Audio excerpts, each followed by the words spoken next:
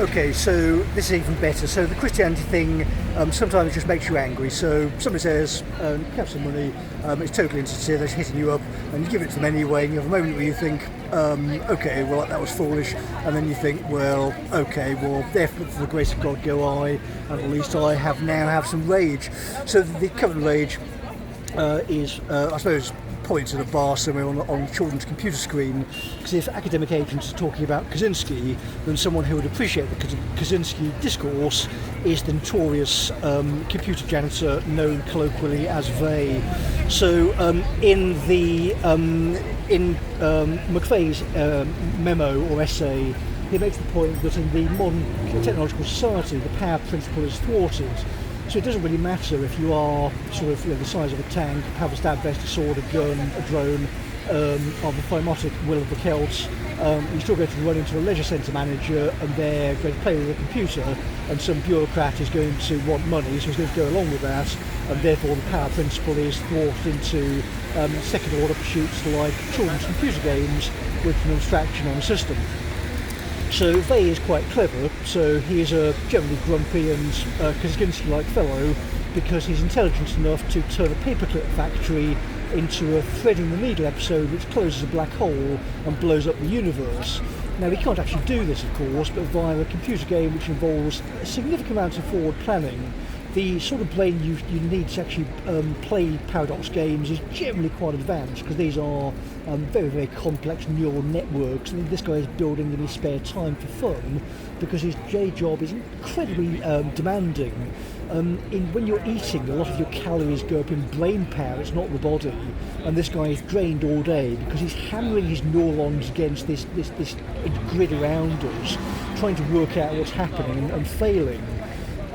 What he's now failing at is, because of the change in the law in 2018, the little spaceships he sends between computerised points on a map are now being pushed through by gusts of smoke.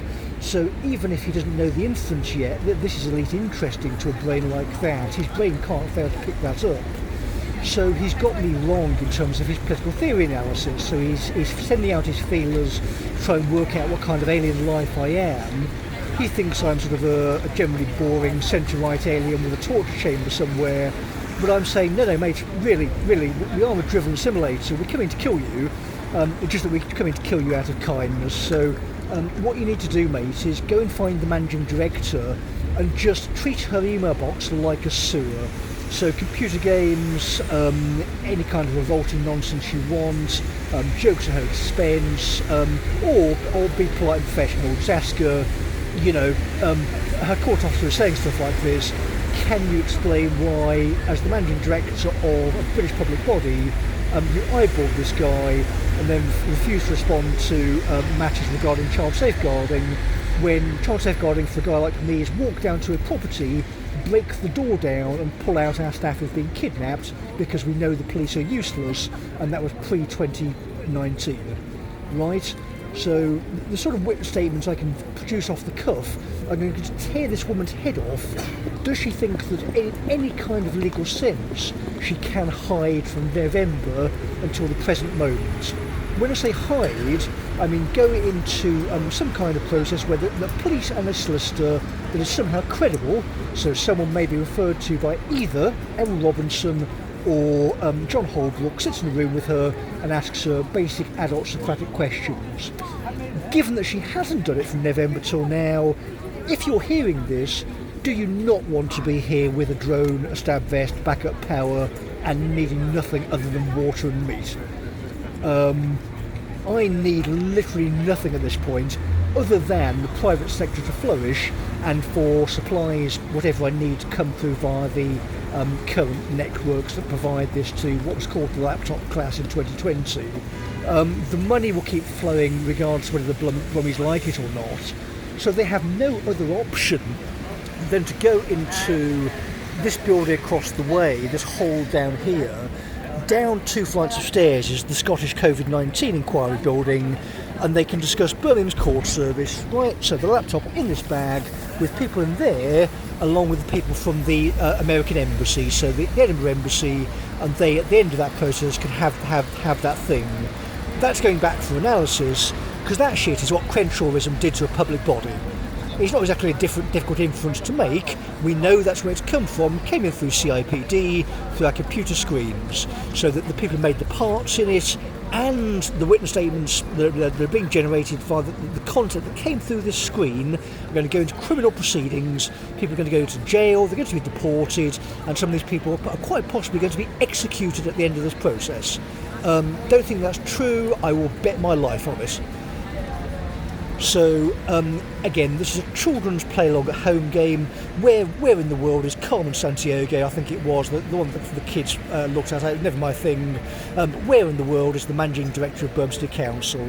Can any human being in the panopticon, this global prison with satellites I couldn't shoot down, everyone's got a camera in their pocket, can they find this woman? Where is she? Where is she? Where is she? So in the modern world, the Celts don't need to walk into buildings with fertiliser bombs. We can blow up any building in the city from orbit. We can tear you apart if we have the legitimate backing of the British state, which by definition we must. So you're not petitioning the Crown from England, you're doing it from Scotland, so the King oversees both crowns. Make him live up to it, get him off his arse, get him out here and explain to him the state of that city and his minions. What is he doing? John Cotton does not have power, he does not have the backing of the polis. Can we have a look at this guy's data records and his money, please?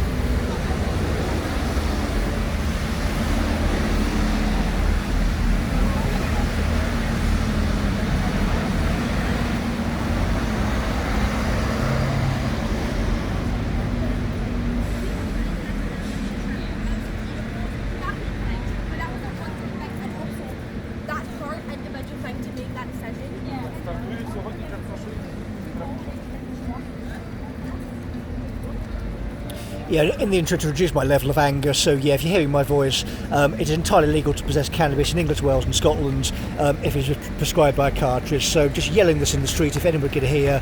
If you're a sped, just go to a psychiatrist, get your diagnosis, don't lie to them, just tell them the truth. Go and get your ganja from Alternately, £5 a month, talk to a psychiatrist, read a couple of books, so Pete Walker, John Bradshaw, and if anybody tells you to stop, just tell them to go and fuck off. I can do that because we've been doing it for a year. That is a correct legal inference. The prospective mayoral candidate for the mayoralty of Manchester told me suggested I stop in a car park and was told no, so we'll get that into statement for your perusal, sirs. Yeah, totally legal. Go check it for yourself, alternateleaf.com or .co.uk, whatever it is. Highly recommended for psychotherapeutic practice and looking after your body. Greatly beneficial. Good luck, gents.